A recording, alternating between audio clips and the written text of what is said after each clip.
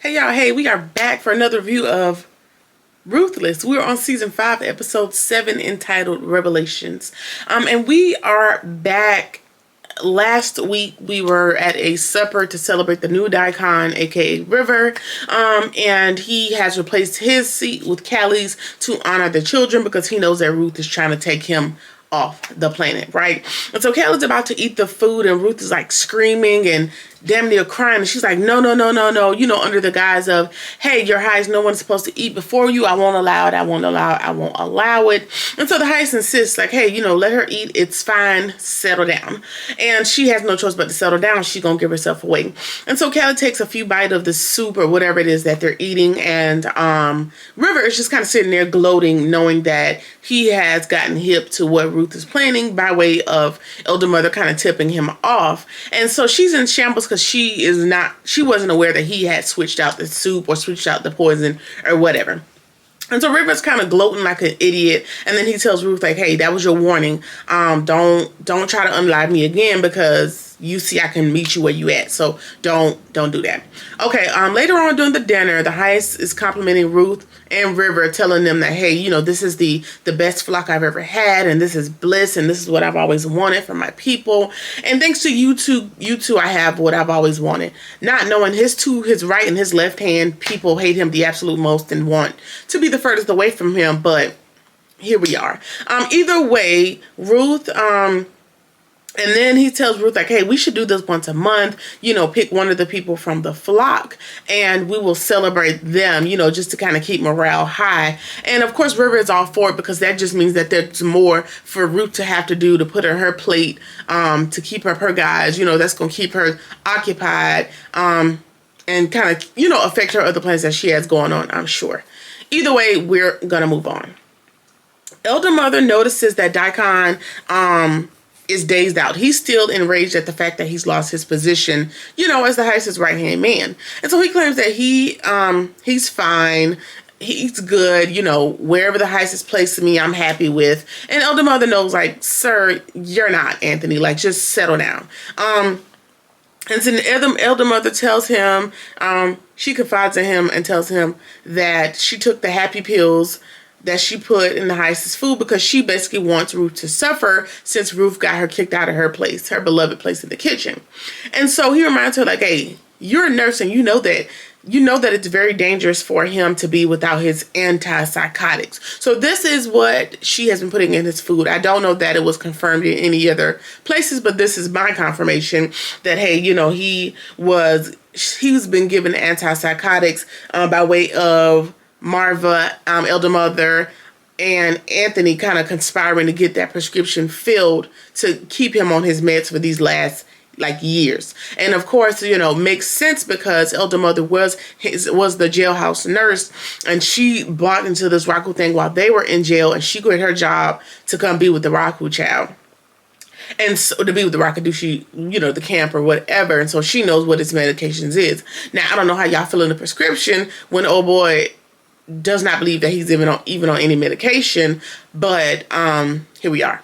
Either way, Elder Mother tells Daikon, like, hey, basically they have like a little unspoken alliance now at this point. She's like, listen, what I want is for the Heist to become unstable so that the people closest to him, his new right-hand men, can pay the price. And so she wants him to get unstable so her and Daikon can kind of swoop in to get things back to normal, which is, my impression of what is going on. And so now we're going to have to deal with that. All right, so Lacey's looking at Zane and she's like, what happened? Like, what happened with the poison? And she's like, listen, so we learned that Zane is conspiring with Ruth, obviously, to put the poison in River's food, which is why she made it her point to knock the poison out of, what's the baby name? Callie's hand. Out of Callie's hand. But I have a question, and y'all let me think. I'm wondering if she was only poisoning River, or was she trying to poison everybody? Like, did she want everybody out of there? Because Callie's plate is the only one that got knocked over, and it seems that we've lost track of this poison. Were you trying to get everybody out the way except for, your people that you confided in, your group of people? Because if Callie's boat's the only one that got knocked over, that would insinuate, because Ruth was under the impression that River's plate had the cyanide in it. Zane knocked Callie's food over, so she may have assumed Callie had a cyanide plate. Zane assumed that Callie also had a cyanide bowl of soup, which means that maybe there are multiple bowls of this soup rolling around, which tells me that there may have been multiple targets, but we haven't confirmed. That's just my guess. What y'all think? Either way, Lacey knows that she was like, Kelly ain't immune to cyanide, so it's obvious that something happened, like somebody switched some stuff up.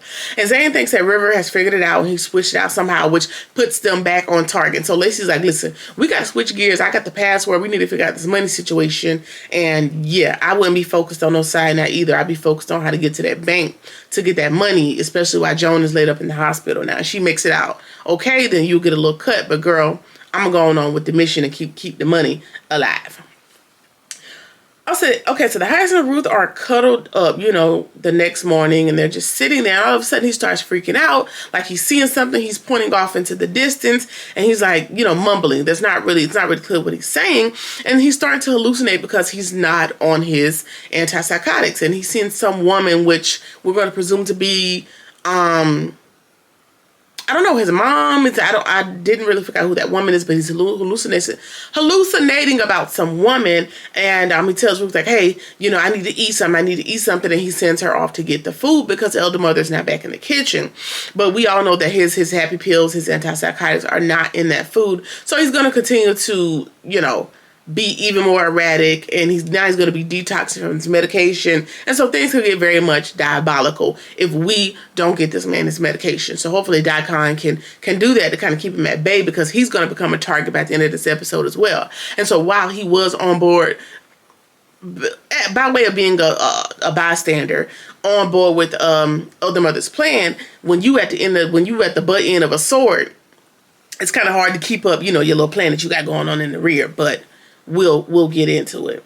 Either way, Ruth rushes out and she runs into Daikon, and he claims that he's there to check on the highest and, make sure he's okay. But what he's really there to do is probably to gauge his mindset and see if he's gone into detox, whatever the little thing is when you need your drugs, if he's fiending or whatever the effects are that he's having. And he's also asking Ruth about the poison, like, hey, kind of asking her without asking her directly, like, hey, you supposed to be poisoning the river. I pointed you to the medicine. What's tea? And so she's like, well, I don't know what happened either. Obviously, somebody figured it out, and they switched out the recipe for the soup. And so now we're going to have to reconvene. And so it seems like he kind of wants River and he wants Ruth gone. And so he has an alliance with Ruth, but he really hates her. He just wants her to do his dirty work to get River out of the way while he's working with the elder mother to kind of get Ruth out of the way. And so he's working a bunch of schemes to kind of get back into his rightful glory. And so this is what we're going to have to deal with Anthony. All right. And then next we see Daikon. He goes straight to the highest, like no knocking on the door, like all that modesty and that head hanging, all that's kind of going out of the window. But what we learn in this scene is that he doesn't realize how far off track the highest's mental capacity is. And I think he also thinks he has a little bit more power to control him than he does. Now, he may have had that power while he was medicated, but the fact that he is not is going to put your life in jeopardy. And so we're going to get into it. So he goes to see the heist, and he's there to thank him for the celebratory dinner and sparing him. And, they share a little laugh. They were reminiscing on the old times. And he tells him, like, hey, I really do miss you, Daikon, being where you are at my right hand. And Daikon asks him, hey, like, what can I do to be redeemed? Like, what can I do? And he's like, listen, Narako has spoken, through my son, and I'm trying to stay on task, but I have to admit that, my delusions are kind of coming back. I'm seeing shadows and demons and those different things. And Daikon asks him, like, how long has this been going on? And he tells him, like, I saw them, when I was much younger, and it's been at bay for quite a few years at this point, but it's recently come back. And he's like, hey, was it before the big betrayal? He's like, no. And he's like, it was after the big betrayal, right? He's like, yeah. And so he tells the heist that, something may have happened with his medication.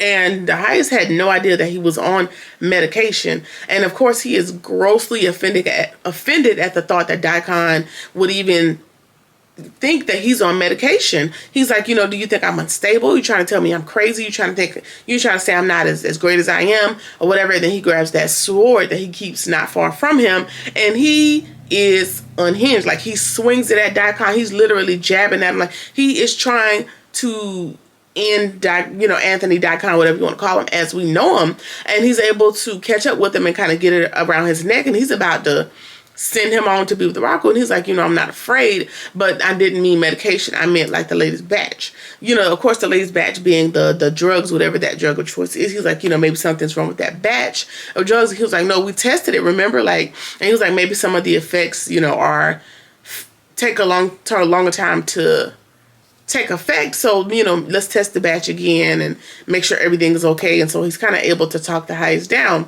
But like I said, he is overestimating his ability to kind of talk him down. Now, I don't know, can't confirm it, if he's ever related to the highs that he is on medication. But if he hasn't, this would have been a dumbass time to bring it up. For sure. Like, you're not in his high graces. He's reminding you, like, hey, this is yet another mistake that you've made. And he just said early in the conversation, like, hey, I want to trust you again. I miss being in friendship with you, but you make some gross mistakes. And immediately after, you make yet another gross mistake. So don't know that you're going to be back in his good grace, but you should just lay low for a second. Okay. Elder Mother and Ruth are in there going back and forth. Of course, they having a little pissing match about the breakfast when River shows up. And in this moment, he learns that they are running low on food because the FBI has cut off their access to the road. And so, people are about to start starving. Like, things are about to get real diabolical, especially due to the fact that the highest Daikon Elder Mother, they also kind of microdose the people as well to kind of keep them out of their minds, to kind of buy their loyalty as well. And so everybody's going to be detoxing, and people are going to be hungry here soon because food is running low. So that could be awful. That could just be all out war within the camp if we don't get this resolved. And so now he's panicking, but Ruth can't be bothered to help him. She's like, what the hell you want me to do about it? Because I have a mission. They're on a mission to try to unalive each other at this point. So helping him is not at the top of her list of things to do. And so River, you kind of see where he's breaking this hard exterior, which I don't really think he has. It's very brittle, honestly, at this point. And he's damn near begging Ruth, like, hey, you need to help me because, I've been in situations where there was no food, and, things can get very detrimental when people are hungry. And so I need you to help me. And she's like, you just tried to poison my daughter. And he was like, I didn't poison her. I spared her life. Like, I just wanted to send you a message. And she's like, boy, I'm not going to be able to do it. I'm just not going to be able to do it. And so he's begging Ruth to help him. He still needs Ruth to bail him out, even though, he has this high position. He doesn't have the power. He doesn't have the bandwidth to figure out how to resolve this issue. And Ruth isn't interested in helping him either. And so now he is on a mission to kind of take Ruth down. And because she reminds him, like, hey, as long as I have the highest son in my belly, then he's always going to choose me over you. And so now, of course, he's going to be on a mission to disprove that, because we all know that Ruth is not truly with child, as opposed to fixing the food issue. Now, he did fix 2 and 1 later on in the episode, but he's also, going to be on a one-man mission to take Ruth down in the process. And so now we got to deal with that. All right, so Andrew is finally uncuffed and willing to provide some sort of insight to Desiree, on the inner workings of what's going on in the compound. And he tells, they're talking, and we kind of come across Joan and her connection to Andrew and Andrew's wife. And they mistakenly think, like, hey, she's sold out to the Raku. And Andrew reminds him, like, she's not. She's an accountant. She's very smart. Her and River are friends, and they're probably just there for the money, So, they would definitely be a good ally if we could talk to them, because they're not sold out to this Raku way of life. It's just not going to happen. So just to kind of give them some, again, insight into the people within the compound as well. And so, they know that things are going to get worse because the highest is going to be looking for a new spot, a new way out. And then Andrew's bells goes off. He was like, yeah, he's going to be looking for a new location, because that's just the psyche of someone like a cult leader, someone like him. They're going to keep the people doped up. it's going to be all sex, drugs, and rock and roll for a while, and then that's going to wear off. And then when you can't perform miracles and you can't show and prove to the people, it's going to be time to move on. You know, it's going to be a whole course of things that are going to happen. And so now this is where this is where the highest / Tyrone is, and so we need to be on the lookout for that. And Andrew wants to be more of assistance, but that's pretty much all the information he got, and it's time to go back to his cell until they need him again. Okay, then Desiree tries to tell Andrew, like, hey, Daikon is my inside contact. I don't know why she told that lie, because it was pretty useless at this point, but we know that she's bluffing. And she does get a phone call, and she tries to tell Andrew that it's Daikon, but it's not. It is, we look and we see that it's River, under the guise of the pseudonym Michael. And he tells her he's trying to play coy, like he's a scared member that's trying to get out, but he can't, and he's conflicted. And what he's really doing is he's setting his plan in motion, getting what he wants without, you know, getting himself in trouble. He has somehow, you know, gotten Daikon's phone. We're presuming, yeah, it's Daikon's phone, because Desiree thought it was Daikon calling her.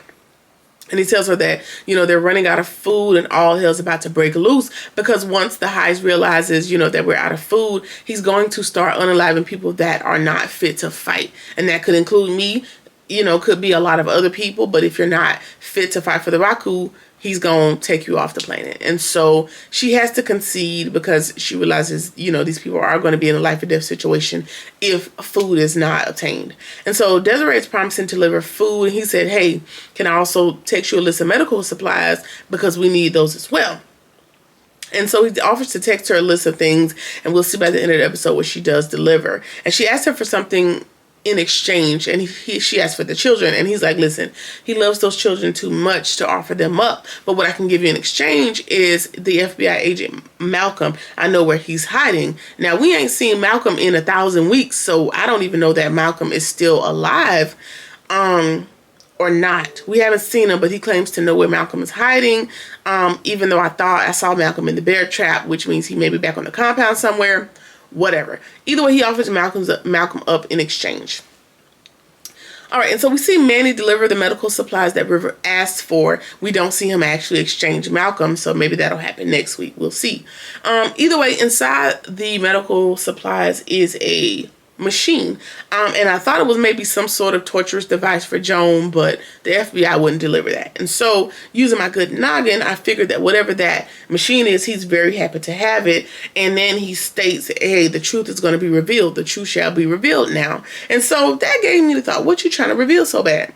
And I'm assuming that it is some sort of ultrasound device that he's going to be trying to make Ruth use to kind of prove that she is not with child. And so that's going to be yet another touchy situation that Ruth is going to have to figure her way out of, because her and River are on this twisted, you know, revenge plot that they have going on against each other. Now, we know Ruth is definitely in charge of the girls, and she's going to be able to wiggle her way up out of it, hopefully to the detriment of River, because I'm really sick of him. I think he has his power, and he has not gleaned it. He has not figured out how to utilize it for good, and so he's just going to lean into evil, and that's not going to fare well, because he don't have the balls that Ruth has. He has the balls to put things in motion, but he doesn't have the balls to work in contingency and to work on his feet to keep things moving when his actual feet are put to the fire. So it's not going to go well. Of course, it's River. It's never well thought out or well planned out. And so we're going to have to deal with that